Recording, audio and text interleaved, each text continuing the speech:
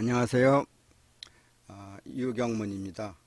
21세기 대한민국과 한민족의 발전 전략과 우리의 선택 제13강을 시작하겠습니다. 오늘은 그 홍익인간 사상의 실천 방안 두 번째 해서 균권 정책, 정치 권력의 균등화 방안에 대해서 말씀드리겠습니다.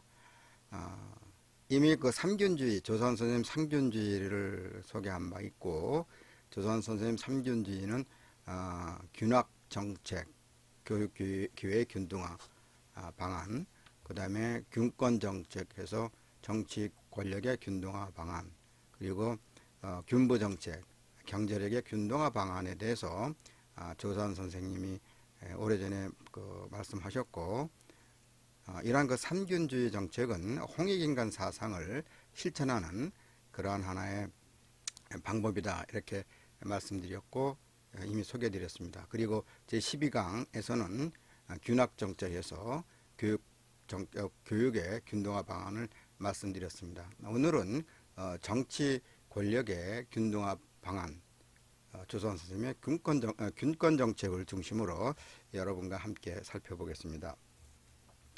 조선 선생님이 주창하셨던 그 삼균제도는 조선 선생님 기초하고 김구 주석이 서명한 1941년 12월에 임시정부가 발표한 대한민국 건국강령에 조선 선생님의 삼균제도가 그 내용이 포함되어 있죠. 그리고 그 삼균제도 중에서 오늘 함께 다룰 균권 정책의 내용도 포함되어 있는데, 그 조선 선생님은 균권 정치 권력의 균등화를 위해서 보통 선거 제도를 실시하여 정권을 균위하며라는 내용과 보통 선거가 구속 없이 완전히 실시되어 전국 각 동, 리, 촌, 면, 읍 등 이러한 그 행정 조직과 민증단체 그리고 조직이 완비되어서 그 삼균제도가 배합 실시되어야 한다고 이렇게 주장을 하셨죠. 그리고 이러한 내용이 해방 이후 1948년 제헌헌법의 기초가 되기도 했습니다. 즉, 그 1941년 대한민국 건국강령에 조선 선생님의 그 삼균제도와 그 내용이 명확하게 표시되었다고 하는 것은 80여 년 전에 이미 균학, 균권, 균부에 관한 그러한 홍익인간 사상을 실천하기 위한 방안들이 제시되었고, 또 1948년의 그 제헌헌법의 기초에도 이러한 그 삼균 제도가 포함되었다고 하는 것은 74년 전에 이러한 그 정책적인 제안들이 홍익인간 사상을 실천하기 위해서 명확하게 표시되었다, 이렇게 말씀드릴 수 있습니다. 그런데 이러한 1948년도에 삼균제도의 내용이 포함된 제헌헌법에 그 조선 선생님의 삼균제도가 그 내용이 포함되어 있는데, 1961년 5.16 군사혁명 있기 전에 그 지방자치제도가 법적으로도 우리나라에서는 지방자치제도가 명시되어 있었죠. 그러나 1948년 대한민국 정부 수립 이후 정치 사회적 혼란으로 지방자치제도 운영에 많은 어려움이 있게 되었습니다. 그래서 1961년에 집권한 군사정부에서는 지방자치제도를 폐지시켰죠. 그 이후에 대한민국은 중앙집권적 정치 형태를 갖춤으로써 정치 권력의 중앙집권화와 또 경제력이 수도권을 중심으로 한 대도시 집중 현상이 심화되게 되었습니다. 이러한 그 정치적, 사회적, 경제적으로 많은 문제가 발생하게 됐는데, 국가 발전에도 이런 중앙집권적인 그 정치 체제가 더 이상 경제나 사회 발전을 발전시키는데 많은 문제점을 갖게 되었습니다. 따라서 1991년도에 법적 제도적으로 지방자치제도를 부활시켰으며, 특별히 1995년에는 지방자치단체장과 지방의회 의원을 주민들이 직접 보통선거에서 선출함으로써 우리나라는 최소한 외형적으로 그리고 제도적으로 지방자치제도를 운영하는 지방분권형 국가체제가 되었다고 할 수 있겠습니다. 이것은 그 조사원 선생님의 삼균제도 중에서 균권, 정치 권력의 균등화 방안이 어느 정도 실시되었다고 평가할 수 있는 것입니다. 그러나 1991년에 지방자치제도가 부활돼서 2022년 현재 지방자치제도를 실시한 지 30여 년이 넘어가고 있으나 아직도 많은 문제들이 해결되지 못하고 있습니다. 그 해결되지 못한 중요한 문제 중에 하나가 바로 정치 권력의 균등한 문제입니다. 보다 완숙한 정치적 민주화를 확립하기 위해서 그리고 정치 권력의 균등화를 위해서는 지방자치제도가 성공적으로 정착되어야 합니다. 지방자치제도가 성공적인 정책을 위해서는 우선적으로 다음과 같은 그러한 조치들이 요구가 됩니다. 특별히 홍익인간 사상을 실천하는 그 균권 정책으로서 정치 권력의 균등화를 위해서는 뭐 여러 가지가 있을 수 있지만은 저는 두 가지 과제를 해결해야 된다고 봅니다. 즉 국가 개조를 위해서 그리고 정치 권력의 균등화 방안으로서는 첫째는 정치 권력의 균등화를 위해서 중앙정부의 기능을 과감히 지방정부로 이전하고 국회의원 수를 줄이는 조정이 필요하다고 생각합니다. 그리고 두 번째는 정치 권력의 균등화를 위해서는 지금의 그 지방재정 제도가 근본적으로 개혁될 필요가 있다고 생각됩니다. 따라서 오늘 13강에서는 이 두 가지 관점, 다시 말해서 국가 개조를 위한 정치 권력의 균등화 방안으로서는 우리가 그 중앙정부의 기능을 과감하게 지방정부에 이전시켜야 되고, 특별히 국회의원 수, 중앙정부의 국회의원 수를 줄이는 조정이 필요하다는 것을 강조하고, 다른 하나는 현행 지방재정제도의 근본적인 개혁이 필요하다는 것을 중심으로 오늘 함께 논의를 해보겠습니다. 첫째, 정치 권력의 균등화를 위해서는 지방 분권화가 이루어져야 되겠죠. 그러기 위해서는 정치 권력의 균등화를 위해서 중앙정부의 기능을 과감히 지방정부로 이전하고 국회의원 수를 갖다가 줄이는 조정이 필요합니다. 정치 권력의 균등화 또는 분산화를 위해서는 중앙정부의 권한과 기능을 지방정부에 지금보다 더 많이 대폭적으로 넘겨야 합니다. 지방자치제도가 부활된 지 30여 년이 지났지만은 아직도 중요한 인허가권이나 중요 정책 결정권은 많은 부분에 있어서 중앙정부가 가지고 있습니다. 정치 권력의 균등화를 위해서 중앙정부가 가지고 있는 기능과 권한을 좀 더 과감하게 지방정부에 넘겨야 합니다. 우리나라는 1991년도에 지방자치제도가 부활되어서 30여 년이 지났고, 그 다음에 1995년부터는 지방자치단체장과 지방의회 의원들을 직접 보통선거에서 선출함으로써 최소한 외형적으로는 정치 권력의 균등화가 상당한 정도 발전하였고, 따라서 조서환 선생이 주장했던 균권, 즉 정치 권력의 균등화가 어느 정도 이루어졌다고 할 수 있습니다. 그럼에도 불구하고 지방의회의 기능과 역할은 여전히 미약하며 지방의회의 기능과 역할의 확대가 요구가 됩니다. 이제는 지역 문제는 지방자치단체와 지방의회가 스스로 해결하도록 그 기능과 권한을 더욱 강화시켜야 합니다. 즉 중앙정부의 국회의원들은 국가 전체와 관련된 주요 법률의 제정과 행정부의 감시 업무 및 그 중앙정부의 예결선에 관한 심의 의결을 위한 일에 충실하도록 하고, 그리고 중앙정부가 가지고 있던 권한과 기능을 지방의회와 지방의 의원들에게 그 권한과 기능을 더 넘겨줘야 한다고 판단됩니다. 2021년 현재 243개의 지방자치단체의 지방의회 의원 수는 총 3,751명에 달하고 있습니다. 지방의회가 있어서 지역 주민들의 일을 지방의원들이 처리할 수 있음에도 불구하고 중앙정부의 국회의원 수는 300명이나 됩니다. 지방의회 제도가 부활되기 이전에 중앙집권 시대와 마찬가지로 중앙정부의 국회의원 수에는 변함이 없이 그전과 동일합니다.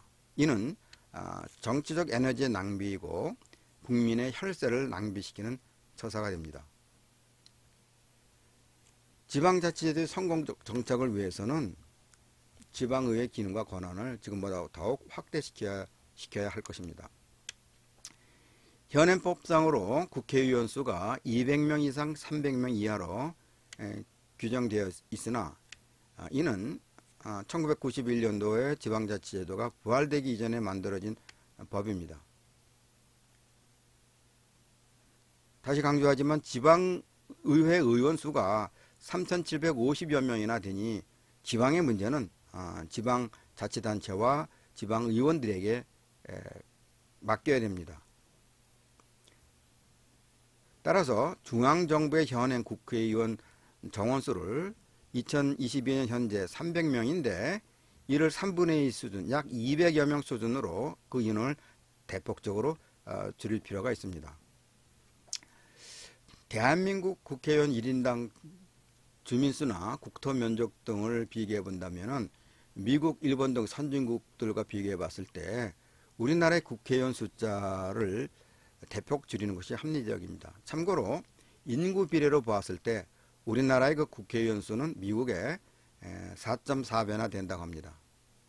미국은 인구 약 70만 명 이상의 국회의원 1명꼴인데 비해서 우리나라는 인구 약 16만 명 이상의 국회의원 한 명꼴이 돼서 우리나라의 국회의원 수는 미국의 국회의원 수의 4.4배나 됩니다. 대한민국은 1995년부터 지방의회 제도가 실시되면서 약 3,700여 명의 지방의원들이 국민이 낸 세금으로 월급을 받고 지방일을 처리하고 있으므로 중앙정부의 국회의원 숫자가 이렇게 많을 필요가 없습니다. 그리고 국회의원 1인당 소요되는 비용이 1년에 약 8억 원이 소요된다고 합니다. 국회의원 1인당 1년 소요 비용이 약 8억 원이므로 만약 100명을 줄인다고 하면은 1년에 약 800억 원의 예산을 줄일 수 있고 의원 임기 4년을 고려하면 4년 동안에 약 3,200억 원의 예산을 줄일 수 있습니다. 이 4년 동안 줄어든 3,200억 원을 극빈자들을 지원하는 데 사용한다고 하면 더 많은 성과가 있으리라고 판단됩니다. 그뿐만 아니라 국회의원 숫자가 많을수록 정치적 합의를 이끌어가는데 더 많은 비용이 듭니다. 우리들이 뭐 여러 가지 그 뉴스 매체를 봐서 알 수 있는 것처럼 정치권에서 국회의원들끼리 국민을 위한 일을 하기보다는 자기네들의 당리당략을 위해서 정권을 위해서 자기 정당을 위해서 여러 가지 싸움박질을 하는 것을 국민들은 잘 보고 있습니다. 따라서 국회의원 숫자가 많다고 하는 것은 그만큼 정치적 합의를 이끌어내는 데 많이 비용이 든다는 것을 의미하게 합니다. 현재 국회의원들은 국회의원 수를 늘리는 일에는 찬성할 수 있겠으나 국회의원 숫자를 줄이는 일에는 결코 찬성하지 않을 것입니다. 국회의원 숫자를 200여 명 수준으로 줄이는 것을 국회의원들이 스스로 결정하지 못할 것입니다. 따라서 연구기관이나 이 분야를 연구하는 전문 교수들, 전문가들을 통해서 중앙정부의 적정 국회의원 숫자를 갖다가 적정 국회의원 숫자 안을 만들어서 국회의원 선거 때 차기 또는 차차기의 국회의원 수를 국민투표에 붙여서 결정하는 방안을 생각해 볼 수 있습니다. 예를 들어서 지금 300여 명에 되는 중앙정부의 국회의원들이 의원들이 3,700여 명이나 되고 지방정부의 일을 그들 스스로 처리할 수 있기 때문에 중앙정부의 국회의원 수가 300여 명씩 이렇게 많을 필요가 없다는 것이죠. 따라서 그 국회의원의 적정 숫자를 연구기관을 통해서 국회의원의 적정한 숫자 안을 만들자는 것이죠. 예를 들어서 전문가나 연구기관에서 경제 규모라든가 인구 규모 뭐 여러 가지 어떤 지표들을 사용해서 적정한 국회의원 숫자가 예를 들어서 200명이다, 225명이다, 250명이다 이렇게 그 안들이 만들어진다고 하면은 국회의원 선거 때 그 당의 국회의원 기간 동안에 국회의원 숫자를 줄이자고 하면은 뭐 국회의원들이 전혀 동의하지 않을 것이니까 국회의원 선거 때 차기 또는 차차기의 국회의원 수, 적정 국회의원 숫자 안을 국민투표에 붙여서 결정하자는 것이죠. 그래서 결정된 적정 국회의원 숫자는 차기나 차차기 국회의원 숫자로 정해서 그것을 통해서 중앙정부의 국회의원들을 뽑자고 하는 것이죠. 이렇게 해서 중앙정부의 국회의원 수를 좀 대폭 줄이고 지방의회 제도가 실시되고 있고 지방의회 의원들이 3,700여 명이 돼서 지방의 문제는 지방자치단체하고 지방의회에서 지방의원들이 잘 처리할 수 있으므로 중앙정부의 국회의원 수는 좀 더 대폭적으로 줄이는 것이 정치 권력의 균등화 방안의 한 방안이 될 수 있다 이렇게 말씀드릴 수 있겠습니다. 두 번째는 정치 권력의 균등화 방안으로서 다시 말해서 조선 선생이 주장했던 균권 정책을 위해서는 지방재정제도의 근본적인 개혁이 필요합니다. 우리나라의 경우 지방자치제도가 성공적으로 정착되기에는 해결해야 될 많은 문제들이 있습니다. 그 중에서도 중앙정부와 지방정부 간의 기능 배분의 조정에 따른 재원 확보 및 재원의 배분 방안에 관해서 시급하게 개선이 필요합니다. 특별히 지방자치제도가 성공적으로 정착되기 위해서는 무엇보다도 지방재정의 강화가 필요합니다. 정치 권력의 균등화를 말하면서 지방재정의 강화가 무슨 관계가 있느냐 이렇게 생각하실 수도 있겠지만은 정치 권력의 균등화, 다시 말해 균권 정책을 위해서는 지방자치제도가 성공적으로 정착돼야 되고 지방자치제도가 성공적으로 정착되기 위해서는 무엇보다도 지방정부가 자주적으로 재정력을 발휘해서 자체적으로 자주권을 갖고 일을 하기 위해서는 지방재정이 확보가 필요하고 지방재정의 강화가 필요하다는 것이죠. 따라서 지방재정제도의 어떤 개혁이 정치 권력의 균등화에 좋은 그러한 방안이 될 수 있다는 것이죠. 우리나라의 그 지방재정제도가 갖는 가장 큰 취약점은 지방자치제도를 실시함에도 불구하고 여전히 중앙 집권적인 국세 중심의 세수 구조와 중앙정부 의존적 재정 시스템을 가지고 있다는 것입니다. 그리고 지방자치단체 간의 재정력의 격차가 매우 커서 지방정부의 재정적 지위는 아직도 매우 취약한 상태라고 하는 사실입니다. 2020년도의 그 시도별 지방재정 자립도를 보면은 서울의 경우는 82.4%, 부산의 경우는 54.8%, 대구는 50.5%, 광주는 45.3%, 울산은 56.2%, 경기가 64.8%, 충북이 34.8%, 그 다음에 전남이 28.1%, 경남이 40%, 제주가 40.1%입니다. 지방재정 자립도라고 하는 것은 지방세와 세외 수입 합한 것을 일반회계 예산 규모로 나눠서 백분율로 표시한 것이 지방재정 자립도입니다. 다시 말하면 지방재정 자립도라고 하는 것은 일반회계 총수입 중에서 지방세 수입 및 그 세외 수입으로 구성되는 자주재원의 비율로 정의될 수 있습니다. 물론 지방재정을 전공하는 전문가들 사이에서는 지방재정 자립도의 개념에 대해서 지방정부의 그 재정력을 정확하게 반영하지 못한다고 하는 기술적 문제를 지적하고 있습니다. 맞는 얘기입니다. 그러나 지방정부의 총체적인 재정력을 표시하는 데는 나름대로 중요한 그 참고 자료가 될 수 있기 때문에 지방재정 자립도의 그 자료를 갖고 우리나라의 지방자치단체의 어떤 재정적인 상태를 분석해 볼 수 있겠습니다. 2020년도 표에서 본 바와 마찬가지로 2020년도에 현재 우리나라의 시도별 지방재정 자립도는 전국 평균 50.4%에 불과합니다. 그리고 각 시도별 지방재정 자립도는 앞에 표에서 본 것과 같이 편차가 매우 큽니다.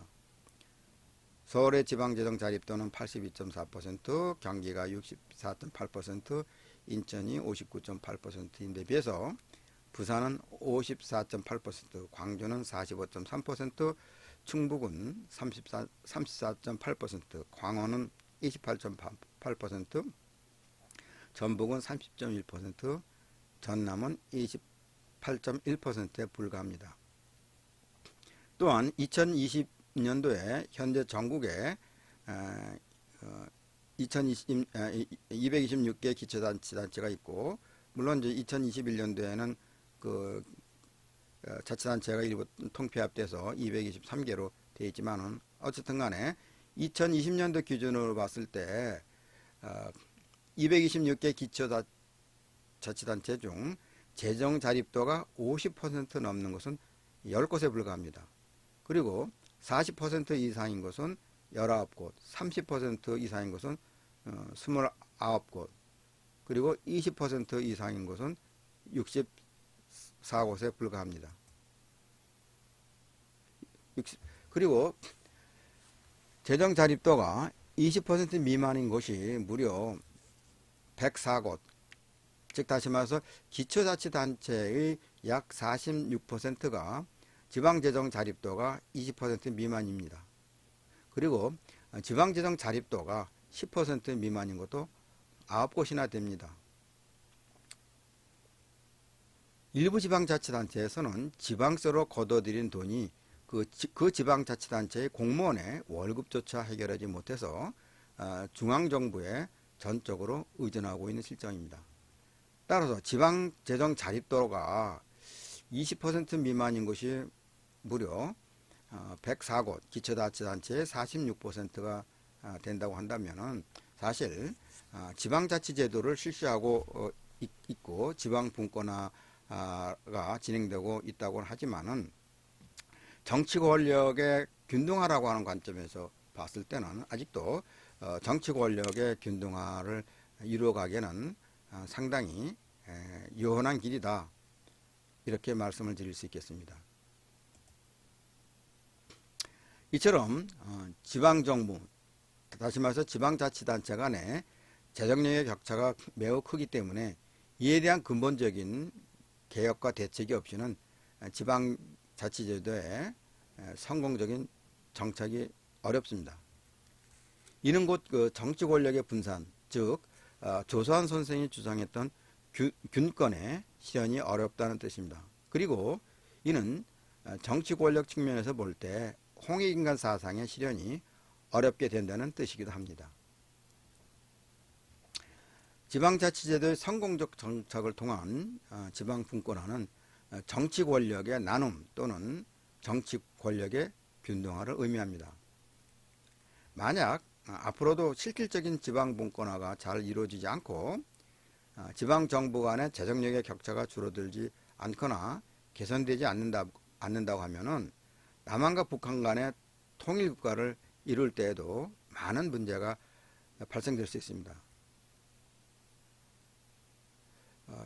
일부 사람들에 의한다면은 앞으로 5년 안에 남한과 북한 간의 평화적인 통일이 가능하다고 이렇게 주장하는 사람들도 있는데, 남한과 북한 간의 통일국가를 이루기 전에 대한민국만이라도 우선적으로 지방자치제도가 성공적으로 정착되어야지만 남북한이 통일됐을 때 정치 권력의 분산을 통해서 정치 권력의 균등화, 그래서 우리가 그 통일국가가 보다 민주화된 국가로 또 발전될 수 있는 기틀을 마련할 수 있다고 생각됩니다.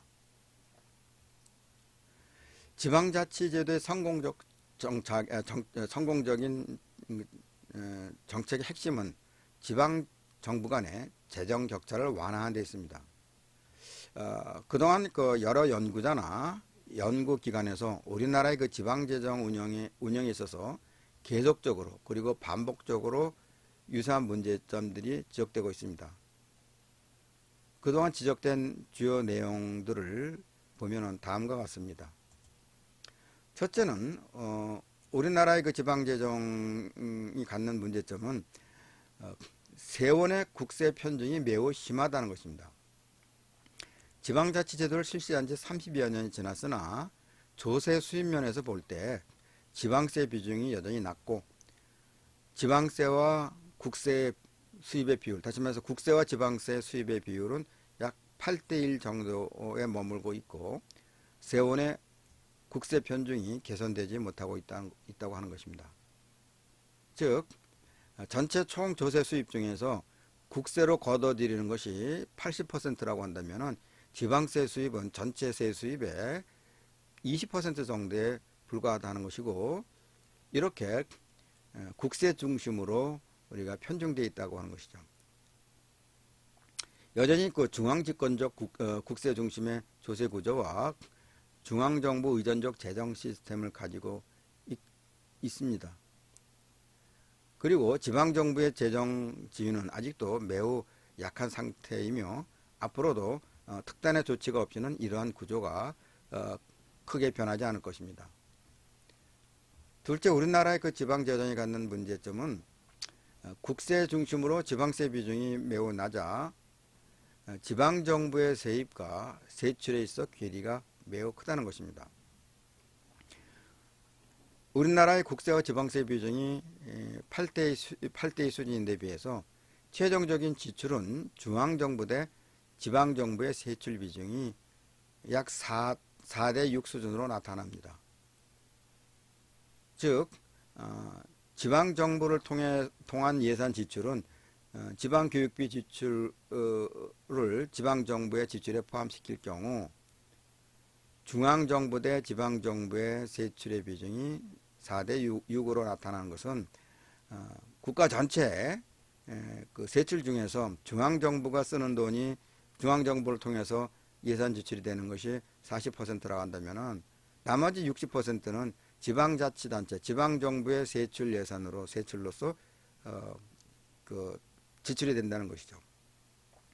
즉 다시 말해서 지방정부의 세입과 세출에 이렇게 커다란 그 괴리 현상이 나타나는데, 이와 같은 세입과 세출의 큰 괴리는 자원 배분의 효율성 및 지방정부의 책임성을 크게 떨어뜨리는 요인이 됩니다. 세 번째, 우리나라의 그 지방재정이 갖는 문제점은 세원의 지역 간 편제가 매우 심하다는 것이죠. 세원의 지역 간 편제가 매우 심하다. 지방자치단체 간에도 세원의 지역적 편제 현상이 나타나고 있습니다. 즉 도시지역을 중심으로 편제되는 한편 도, 군 등 비도시 지역에는 상대적으로 세원 빈곤 문제가 해결되지 못하고 있습니다. 현실적인 면에서 볼 때 우리나라의 그 중요 세목은 이미 국세로 되어 있어서 지방세의 세원이 고갈된 상태입니다. 그런데 가정에서 국세 일부 세목을 지방 세목으로 전환한다 하여도 지역 간의 세원의 편차가 매우 심해서 대부분의 지방자치단체는 재정 부족 현상을 근본적으로 해결할 수 없는 실정입니다. 법률 개정을 통해서 지방정부의 과세 자주권을 대폭 확대해 줄 수 없다고 하면은 형평성 증진을 위해서 독일과 같은 공동세 제도로서의 세제 개편이 요구가 됩니다.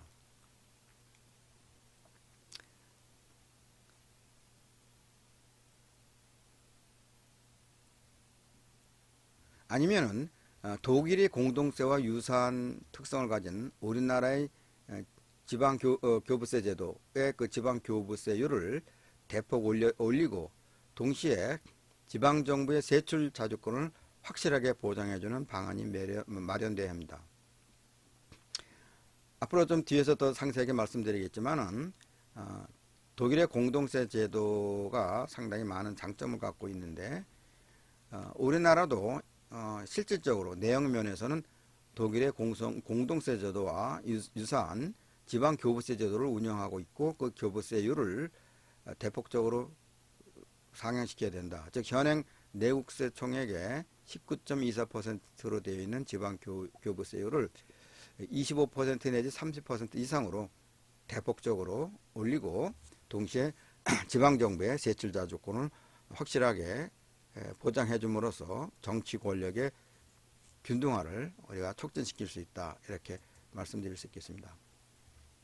그러면은 중앙정부와 지방정부 간의 세원 공유화 방안과 지방정부 간의 역교부세 제도 도입의 필요성에 대해서 좀 더 상세하게 말씀드리겠습니다. 이것은 조선 선생님의 균권 정책을 실현하기 위한, 다시 말해서 정치 권력의 균등화를 실현시키기 위한 구체적인 방안으로서 중앙정부와 지방정부 간의 세원 공유화 방안이 필요하고 또 지방정부 간에는 역교부세 제도의 도입이 필요하다는 것을 말씀드리고 이에 대해서 좀 더 구체적인 내용들을 지금부터 소개하겠습니다. 독일의 경우에서는 독일의 연방정부, 주정부, 기초자치단체 간에는 기본법에 입각해서 특정 조세를 징수하여 자체 재원으로 삼고 몇 가지 공동세를 일정한 비율에 따라서 각 단체별로 배분하고 있습니다. 독일의 경우에서는 조세체계에서 그 세수 비중이 큰 소득세, 법인세, 부가가치세 등은 공동세에 속하는데 이 세목을 연방정부, 주정부, 기초자치단체가 법으로 정해서 일정 비율로 공동 배분하고 있습니다. 독일의 경우에서는 독일의 조세체계는 세수 분리제와 세수 공유제도를 병행하고 있습니다. 세수 분리제에 따라서 연방세, 주세, 그리고 기초자치단체세로 분리해서 각각 연방세, 주세, 그 다음에 기초자치단체에서 자체적으로 세금을 거둬들이는 것이 있고 또 세수 공유제도에 의해서 연방정부와 연방과 지방이 세수를 공유하는 공동세 제도를 우리가 사용하고 있는데 이러한 공동세 제도를 갖다가 우리나라에서도 좀 더 적극적으로 도입할 필요가 있다고 하는 것이죠. 독일의 경우에서는 세수의 규모 측면에서 공동세가 차지하는 비중이 전체 세수의 70% 이상을 차지하고 있고 지방세수에 있어서도 약 80%에 해당하고 있습니다. 따라서 독일의 지방세 체계를 분석함에 있어서는 그 핵심이 바로 공동세 제도인데, 이러한 제도를 우리나라 실정에 맞게끔 도입할 수 있는지를 우리가 검토하고, 또 필요하다 보면은 이 독일의 공동세 제도를 적극적으로 우리 실정에 맞게 변화하여 도입할 필요가 있지 않을까 이렇게 생각을 합니다. 공동세 제도가 갖는 장점을 정리하면 다음과 같습니다. 공동세 제도의 장점 중에서 장점은 국세와 지방세를 분리하는 기준이 있지만은 이 기준에 의해서 세목을 분류하는 것이 현실적으로 매우 어려운 경우가 있습니다. 따라서 공동세는 조세 분류 기준에 대해서 탄력적으로 운영할 수 있다는 것입니다. 어떤 세목이 있을 때 이것이 국세인지 지방세로 우리가 잡을 것인지 하는 것에 대해서 현실적으로 그것을 명확하게 구분하기가 매우 어려운 경우가 있습니다. 따라서 만약 공동세 제도를 우리가 도입한다고 하면은 조세 분류의 기준을 좀 탄력적으로 운영할 수 있다는 것이죠. 또 다른 장점은 세수가 중앙정부에 편중된 경우 복잡한 세목의 이양 없이 세수의 분배가 가능하다는 것이죠. 또 공동세 제도의 장점을 소개한다고 하면은 세수 독립제에서는 자치단체가 지방 업무에 필요한 경비를 자체 세목으로 충당하여야 하므로 많은 세목이 신설되는 경향이 있지만은 공동세에서는 조세 체계를 단순화시킬 수 있습니다. 무슨 말이냐면은 세수 독립제에서는 각 지방 정부가 그 업무 수행을 위해서 필요한 경비를 자체적으로 지방 세목으로 충당해야 될 경우 여러 가지 그 지방 세목이 신설되는 경향이 있어서 여러 가지 좀 복잡하게 된다는 것이죠. 그러나 공동세 제도를 운영한다면 조세 체계가 단순화될 수 있다는 것이죠. 그것은 결국은 이 공동세 제도를 도입함으로써 조세 체계의 단순화가 이루어지고 이것은 조세 징수 비용을 절감할 수 있다는 것입니다. 이러한 장점이 있다는 것이죠. 그리고 공동세 제도의 장점은 공동세로서 소득세, 법인세 그리고 부가가치세를 공동세로 우리가 활용할 경우에 있어서는 지역 연계성을 높일 수 있다는 것이죠. 소득세의 경우에는 납세 의무자의 지역 내에서의 경제행위, 법인세의 경우에는 대상 기업의 지역 공장 입지, 그리고 소비세의 경우에서는 지역 내에서의 소비 행위 등하고 세수가 연계된다고 하는 그런 그 장점이 있습니다. 그리고 공동세는 지방이 지역 경제 활성화를 통해서 세수 증대를 할 수 있는 기여할 수 있어서 지역 발전과 지방 자체에 기여를 한다는 것이죠. 그리고 공동세의 또 다른 장점은 공동세는 국세의 지방세 이양이라고 하는 절차상의 어려움 없이 배분 비율의 조정을 통해서 쉽게 지방 재정을 갖다가 확충할 가능성이 있습니다.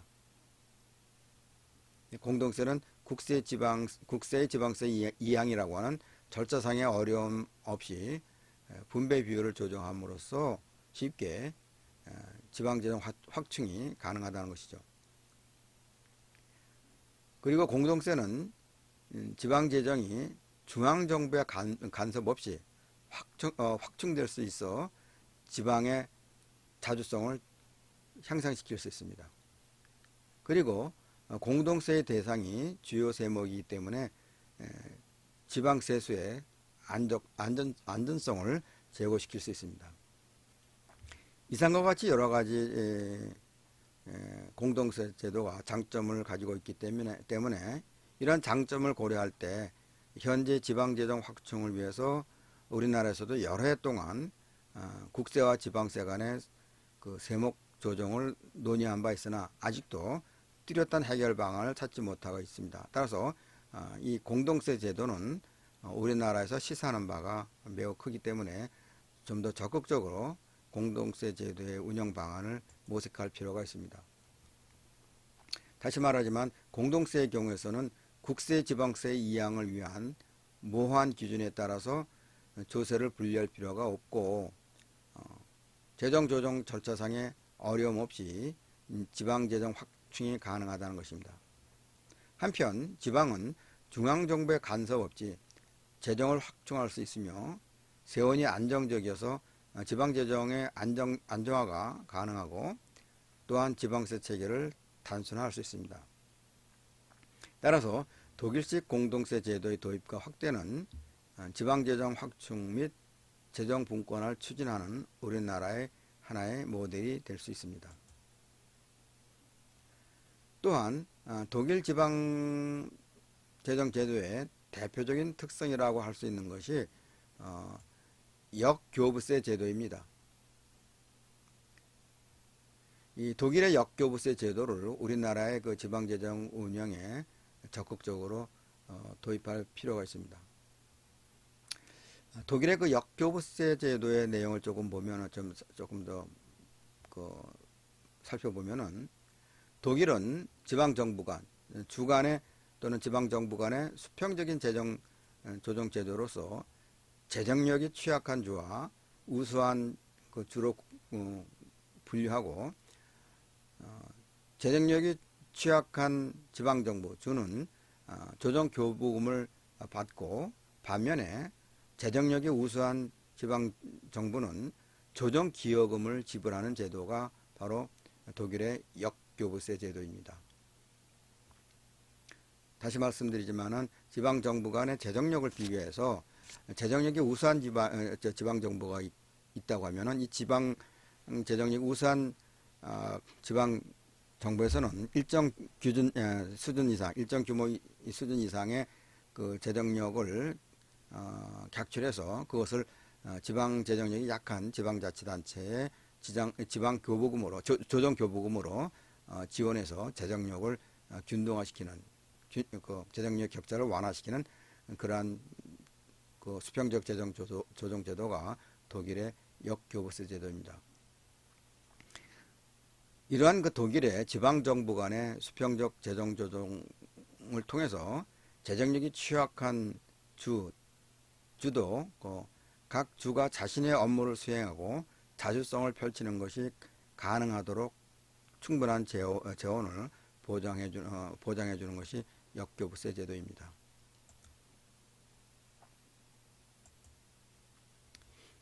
이 제도의 취지는 지방정부 간 추가적인 세입의 격차 해소를 통해서 전국적으로 모든 국민이 동등한 삶의 질을 유지하는 것을 가능하도록 해주는 데 있습니다.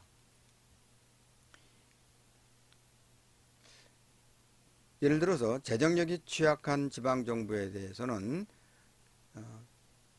조정 교부금의 정확한 규모는 주민 1인당 재정력이 1인당 전국 평균의 재정력에 비해서 어느 정도 차이가 나는가에 달려 있습니다. 1인당 전국 평균 재정력에 비해서 그 각 지방정부가 갖는 그 각 지방정부의 1인당 재정력을 비교해서 평균 대비 부족한 분에 대해서 조정교부금을 지원하는데 이 조정교부금은 부분적이지 결코 완전하게 보존되지 않는다는 것입니다. 즉 다시 말해서 그 조정교부금을 통해서 가난한 지방정부에 대해서 재정적 지원을 하지만은 그 부족분을 완전하게 보존하는 것이 아니라 그 일정한 부분을 갖다가 지원해 준다는 것이죠. 그리고 이 보전 방식은 선형 비례적인 조정교부금 분배 비율을 활용을 한다. 즉 다시 말해서 그 부족한 부분을 전액 지원해 주는 것이 아니라 일정한 비율에 따라서 부족분을 지원해 주는 그러한 제도적 장치라는 것이죠. 이와 유사하게 재정력이 우수한 지방정부의 경우에서는 우수한 지방정부가 지불하는 조정기여금의 규모는 재정력이 우수한 지방정부의 주민 1인당 재정력이 1인당 전국 평균을 얼마나 초과하는가에 의해서 결정되죠. 평균과의 격차는 차액의 규모에 따라서 차액의 일부를 걷지만 결코 전액을 걷는 것은 아니다. 즉 다시 말해서 지방 재정력이 우수한 지방정부의 경우 주민 1인당 재정력이 1인당 전국 평균과 비교했을 때 얼마나 초과하는가에 따라서 그 초과분의 일부를 갖다가 조정기여금으로 객주를 한다는 것이죠. 그 1인당 재정력이 전국 평균보다 높다고 해서 그것을 다 이렇게 객주하는 것이 아니라 그 중에 일정 부분만 공동으로 사용할 수 있게끔, 그래서 그 모여진 것을 갖다가 가난한 지방자치단체에 지원하는 그러한 재원으로 사용한다는 것이죠. 그때 그 객출할 때 그 부유한 지방자치단체의 그 1인당 재정력이 높다고 해서 그것을 모두 다 그 객출하는 것이 아니라 그 부분에 일정한 부분만 그 조정 기여금으로 걷는다는 것이죠. 그리고 징수 방식은 선형 비례적인 조정 기여금 징수 비율을 활용하고, 이는 조정 교부금 분배 비율에 대칭되게끔 운영하고 있습니다. 그리고 조정 기여금과 조정 교부금의 합계를 일치시키기 위해서 조정 교부금의 분배 비율을 높이거나 낮추는 방법을 사용하고 있습니다. 여기서 중요한 것은 지방정부 간의 재정조정을 통해서 주민 1인당 재정력의 순위가 바뀌지 않도록 규칙을 전개시킨다는 것입니다. 무슨 말씀이냐면은, 무슨 말이냐면, 그 부유한 지방자치단체에서 가난한 지방자치단체를 도와줬을 때, 조정교부금을 통해서 지원했을 때, 지원받은 그 가난한 지방자치단체의 재정력이 부유한 지방자치단체보다도 더 높게 재정력 수준이 높아져서 그 순위가, 재정력 순위가 바뀌는 일은 발생하지 않도록 그 조정을 한다는 것이죠. 그리고 독일의 경우 지방정부 간의 수평적 재정조정을 통해서 재정적인 어떤 재정력의 격차가 확연하게 그 줄어드는 것을 알 수 있는데, 예를 들어서 주민 1인당 전국 평균 재정력이 70% 내지 90%인 재정력이 취약한 주의 경우 지방정부 간의 수평적 재정조정 후에는 재정력이 91% 내지 96%로 상승하는 것으로 나타나고 있습니다. 다시 말씀드리지만 이것은 무슨 얘기냐면, 주민 1인당의 재정력이 전국 평균의 재정력의 70% 내지 90%밖에 안 되는 그러한 가난한 지방자치단체의 경우 조정교부금을 통해서 그 수평적 재정조정을 하고 난 후에는 전국 평균의 재정력이 70% 내지 90%였던 가난한 지방자치단체의 재정력이 91%에서 96% 수준으로 상승했다고 하는 것이죠. 다시 말해서 그 가난한 지방자치단체의 1인당 재정력이 그만큼 개선됐다고 하는 것을 나타낸다는 것이죠. 반면에 주민 1인당 재정력이 전국 평균의 110% 내지 120%로 재정력이 우수한 지방정부의 경우 재정조정 이후의 재정력이 104% 내지 106.5%로 완화돼서 재정력 격차가 축소되는 것으로 나타났다는 것이죠.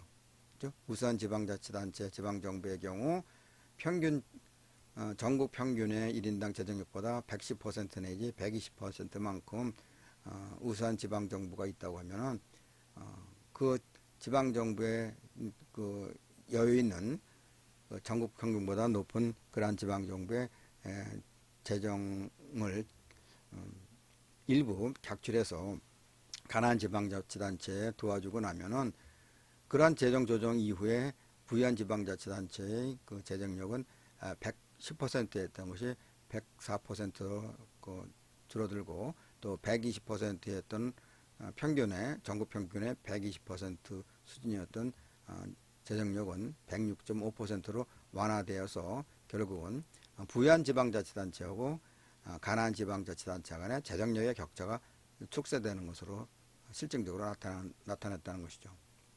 이상과 같이 독일의 지방재정의 특성은 현재 지역 간 재정력 격차가 심하고 재정력 격차에 의한 지역 갈등이 심화되고 있는 우리나라에서 시사하는 바가 매우 크다.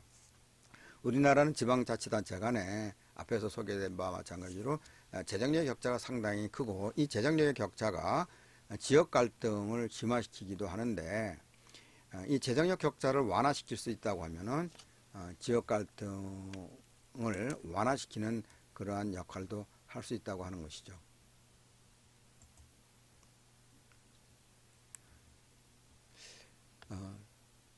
독일의 그 수평적 재정 제도는 그 독일 사회에 사회적 평등 사상이 잘 반영된 제도라고 할 수 있습니다. 이 제도에 의하면은 조정 교부금을 수령하거나 조정 기여금을 지불하는 기준이 주민 1인당 세입 규모를 사용하는 것은 전국적으로 동일한 수준의 공공 서비스를 제공하는 것을 전제로 합니다. 이것은 재정의 총량적 규모를 중심으로 재정력을 평가하는 우리나라의 경우 지역 간 공감대를 형성하지 못하고 균형 발전 정책에 대한 지역 갈등이 고조되고 있는데, 만약에 각 지방자치단체 간에 재정력의 격차가 컸을 때 독일의 역교부세 제도와 같은 제도를 우리나라에 적용해서 지방자치단체 간의 재정력의 극심한 격차를 우리가 완화시킬 수 있다고 한다면은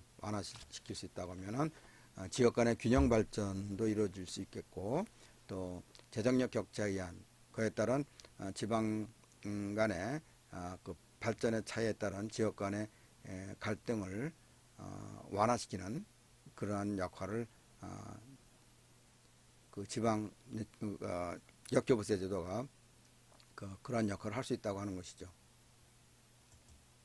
따라서 독일의 그 수평적 재정 제도에서 사용하는 주민 1인당 재정력을 측정하는 방안과 지방 정부 간 상호 부조의 개념을 도입한 합리적 재정 조정을 통해서 지역 간 화합을 유지하는 것이 건전한 재정을 통한 지방자치의 정착을 앞당기는 길이 될 것입니다. 그리고 이는 정치 권력의 분산에 기여할 것입니다.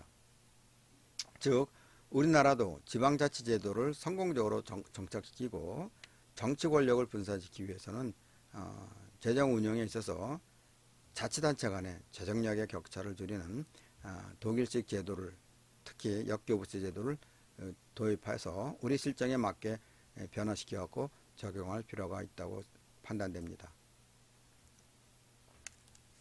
다시 말씀드린다면 우리나라에서도 더불어 사는 공동체 정신을 살리며 중앙정부와 지방정부가 함께 발전하기 위해서는 독일의 공동세 운영 방식뿐만 아니라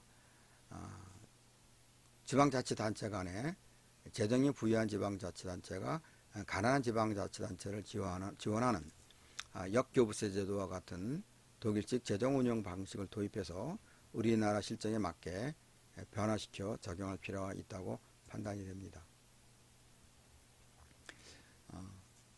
물론 우리나라에서도 상대적으로 부유한 지방자치단체가 가난한 지방자치단체를 지원하는 조정 교부금 제도를 운영하고 있습니다. 그러나 우리나라에서 운영되고 있는 조정 교부금 제도는 재정력이 약한 기초자치단체를 지원하는 제도이긴 하나 자치단체 간의 재정력의 형평성 향상에는 별로 도움이 되지 못하고 있습니다. 그뿐만 아니라 우리나라에서 운영되고 있는 조정교부금 제도는 일정한 원칙과 기준에 많은 문제가 있으며 일관성이 없다는 그런 문제점을 갖고 있습니다. 따라서 우리나라의 경우 광역자치단체 간의 재정력의 형평성을 향상시키기 위해서, 그리고 광역자치단체 내에 기초자치단체 간의 재정력의 형평성을 향상시키기 위해서 독일식 역교부세 제도의 재정 운영 방식을 우리나라의 실정에 맞게 개선해서 적용하는 방식을 적극 모색할 필요가 있습니다.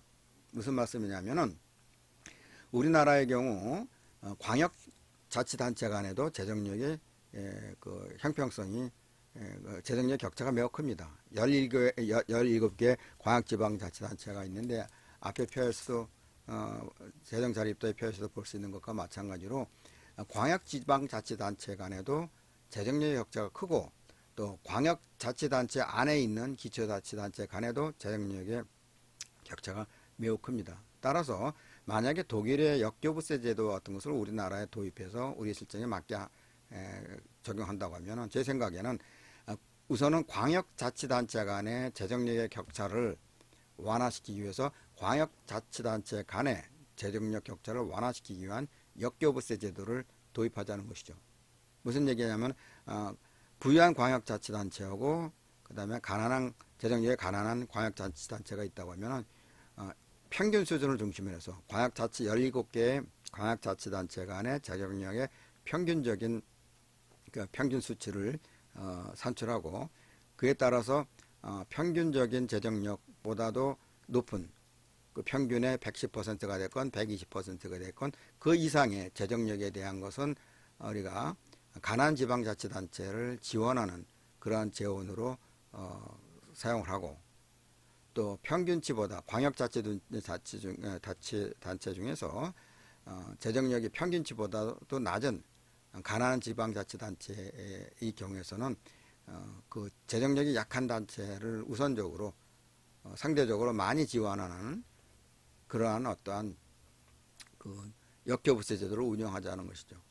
그리고 광역자치단체 내에서 그렇게 일단 광역자치단체 간의 재정력의 격차가 어느 정도 그 조정돼서 완화된다고 하면은 광역자치단체 내 기초자치단체 간에도 재정력의 격차가 상당히 클 수 있다고 하는 것이죠.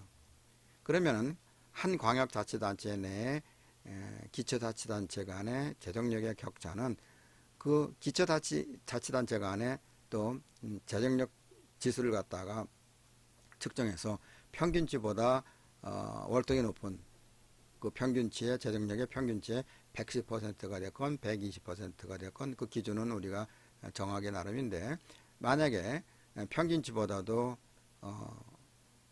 그 부유한 기초자치단체가 있다고 한다면, 예를 들어서 120% 이상이 된다면 그 120%를 넘는 그러한 재정력은 객출해 갖고 가난한 지방자치단체, 평균치보다도 재정력이 낮은 가난한 기초자치단체를 우선적으로 또 상대적으로 재정력이 가난한 지방자치단체에 더 많이 재정적인 지원해주는 그러한 어떤 역교부세 제도를 우리나라에서 도입해서 실시한다고 하면은 자치단체 간의 재정력 격차에 따른 여러 가지 문제, 또 갈등 문제라든가 이러한 것을 우리가 크게 완화시킬 수 있다고 하는 것이죠. 따라서 독일식의 역교부세 제도의 재정 운영 방식을 도입해서 우리 실정에 맞게 개선해서 적용하는 어떤 노력이 필요하다 이렇게 판단할 수 있겠습니다.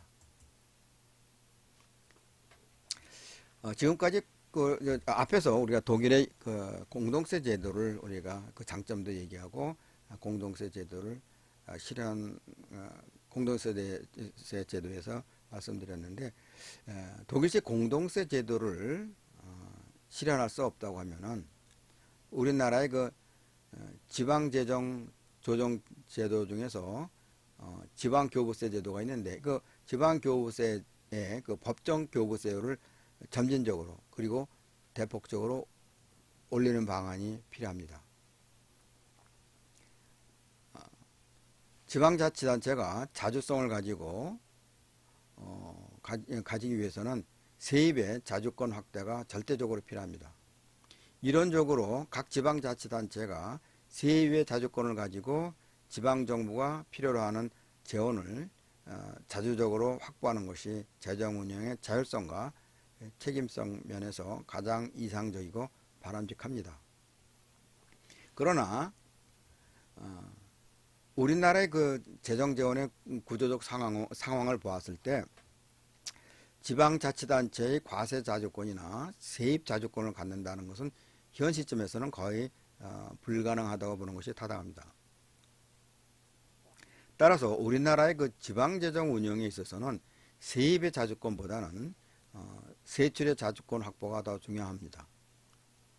현행 그 지방교부세법에서 지방교부세 총액은 내국세 총액의 19.24%를 국가 예산에 계상하도록 규정하고 있습니다.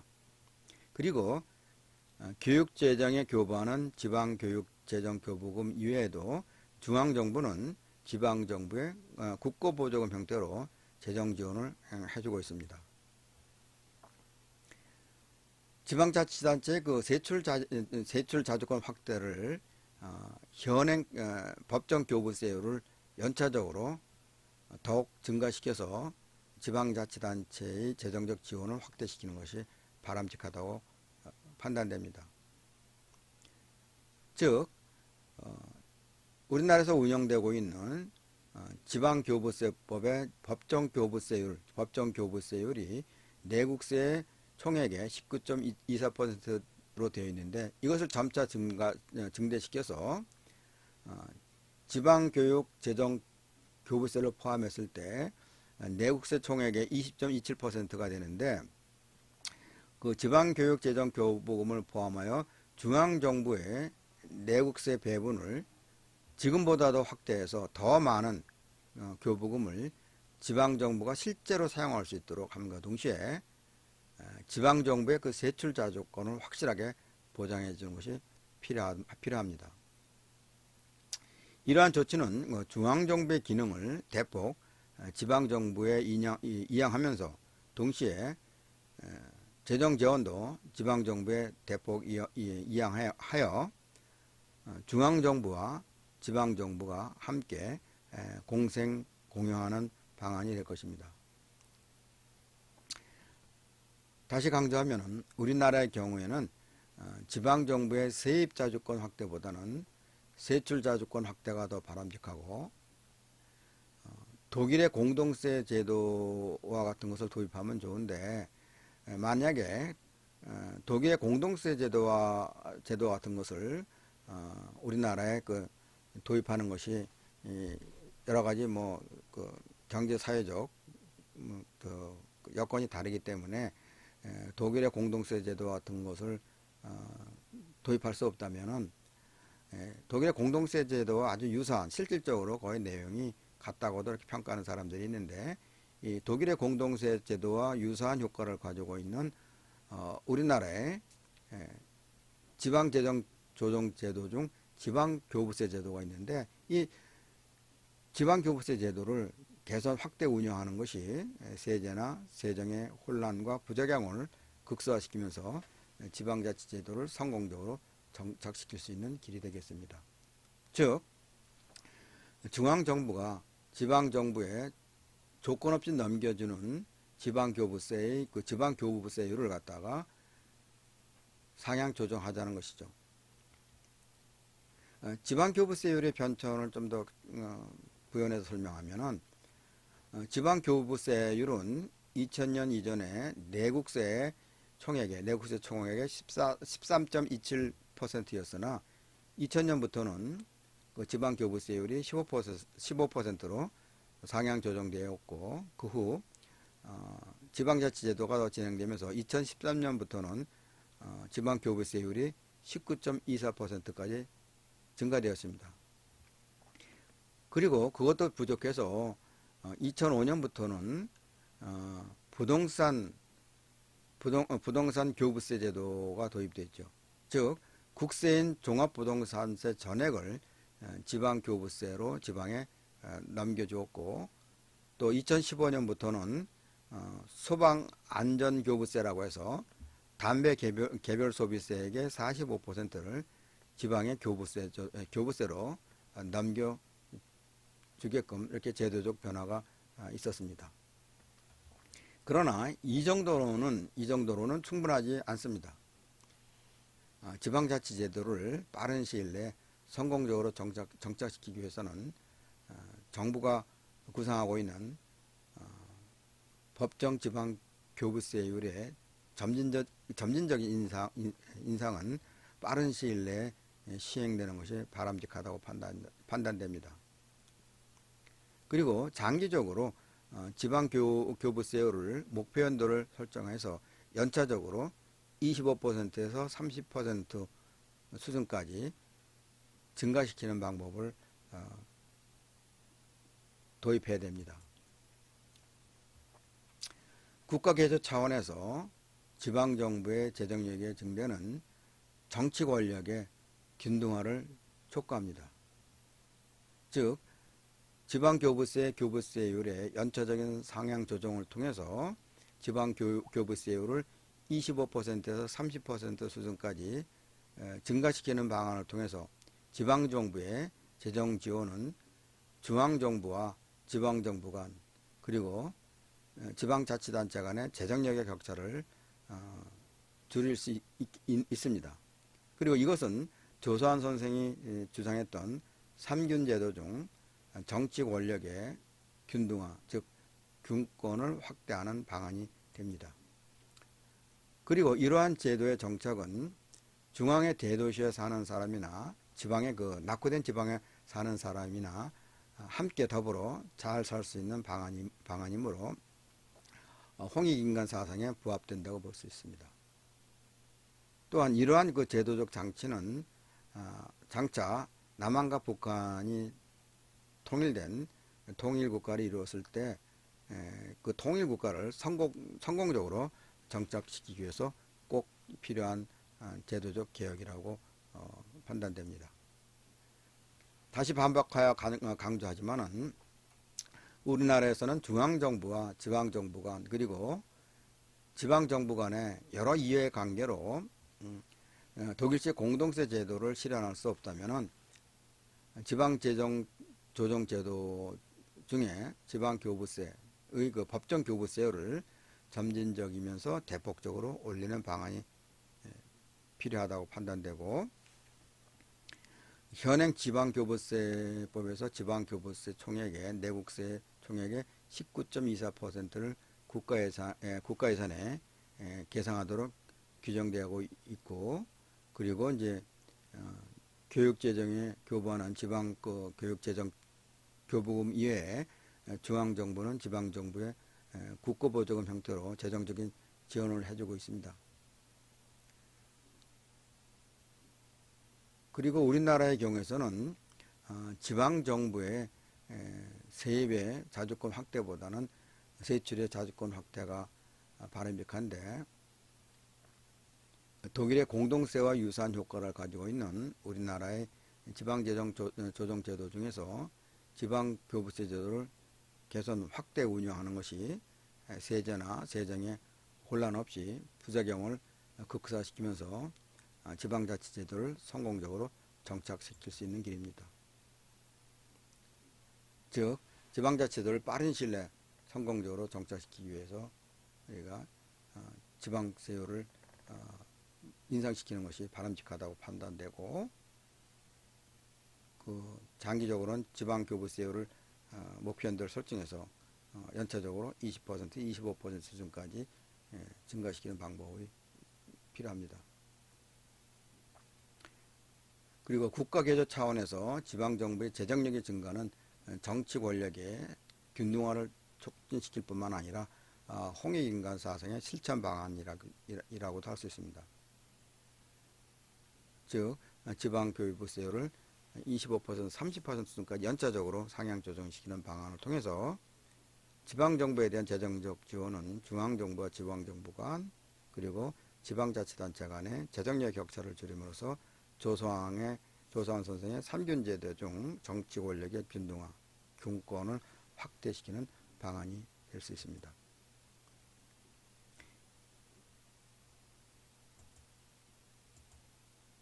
이상과 같이 오늘은 홍익인간 사상의 실천 방안 두 번째로서 정치 권력의 균등화를 위한 조선 선생의 균권 정책을 함께 알아봤습니다. 오늘은 여기서 마치겠습니다. 경청해 주셔서 감사합니다. 다음 14강과 15강에서는 홍익인간 사상의 실천 방안으로서 신삼균주의 중 균부 정책, 즉 다시 말해서 부와 경제력의 균등화 방안을 2회 또는 3회에 걸쳐서 나누어서 다뤄보겠습니다. 다음 시간에 뵙겠습니다. 안녕히 계십시오.